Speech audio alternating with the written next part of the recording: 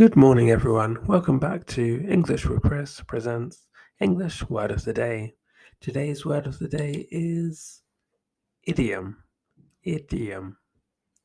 Idiom is a noun and it's a word you're probably familiar with, but do you know what it means?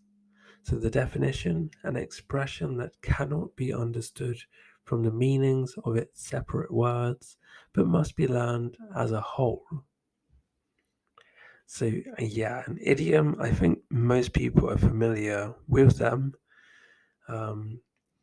Sometimes they can cause a little bit of trouble because we read them literally, in which case they usually don't make sense.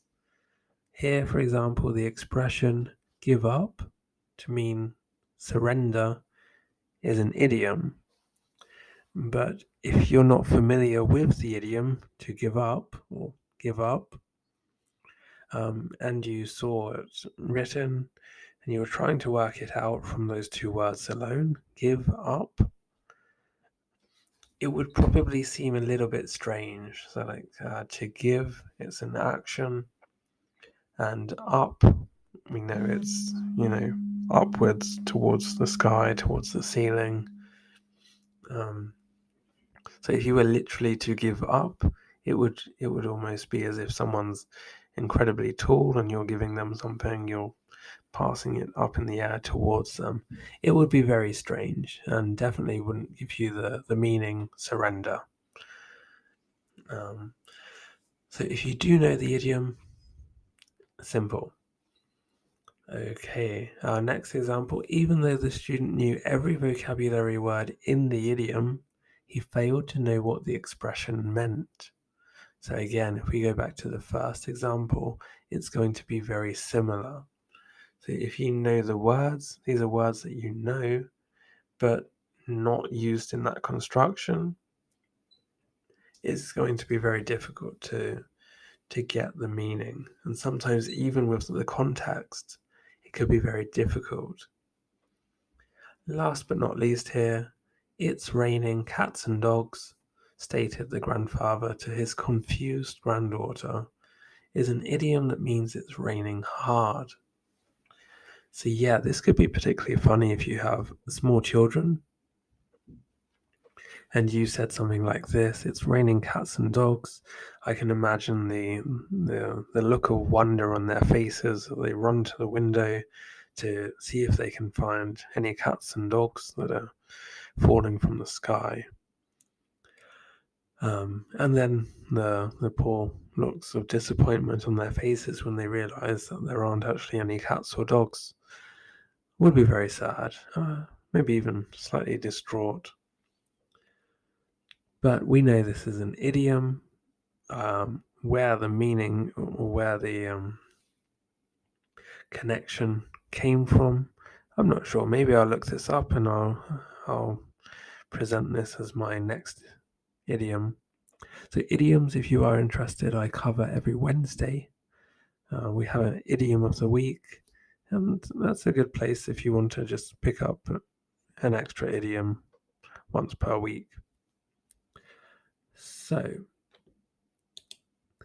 synonyms. This is where it gets a bit tricky because we don't really have so many synonyms for idiom per se, but we have things relating to them, such as vernacular, which is a person's speech, parlance, phrase, jargon, again to do with speech, locution.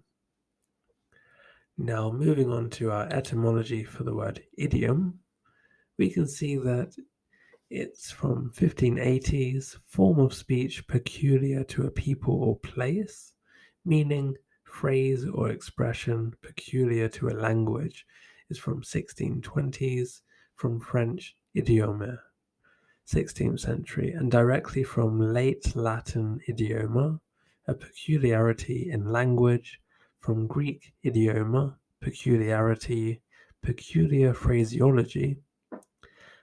Fowler writes that a manifestation of the peculiar is the closest possible translation of the Greek word, from idiomai, to appropriate to oneself.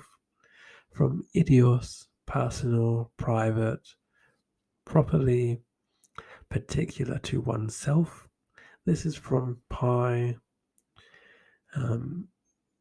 swed-yo, suffixed form of root. Pronoun of the third person and reflexive, referring back to the subject of a sentence. Also used in forms denoting the speaker's social group, we, ourselves.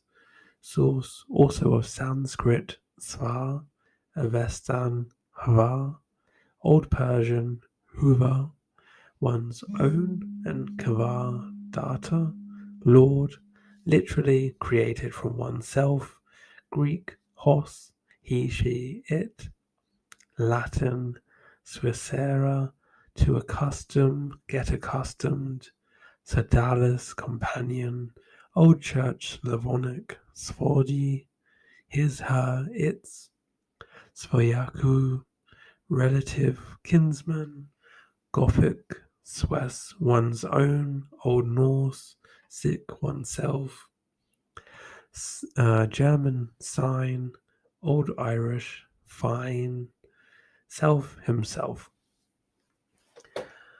Okay, so that was a bit of a mouthful this time. Apologies for everything I mispronounced there. I'm not familiar with, I'm familiar with these languages, but I'm not able to speak them. So hopefully I didn't butcher anything too badly there. But very interesting. So that's going to be it for our word of the day. Hopefully you enjoyed it. If you did, please do leave a like, consider subscribing, maybe share, all of that good stuff. So I hope you're all having a lovely day. Continue to do so, and hopefully see you tomorrow for another word of the day. Take care. Bye for now. Bye-bye.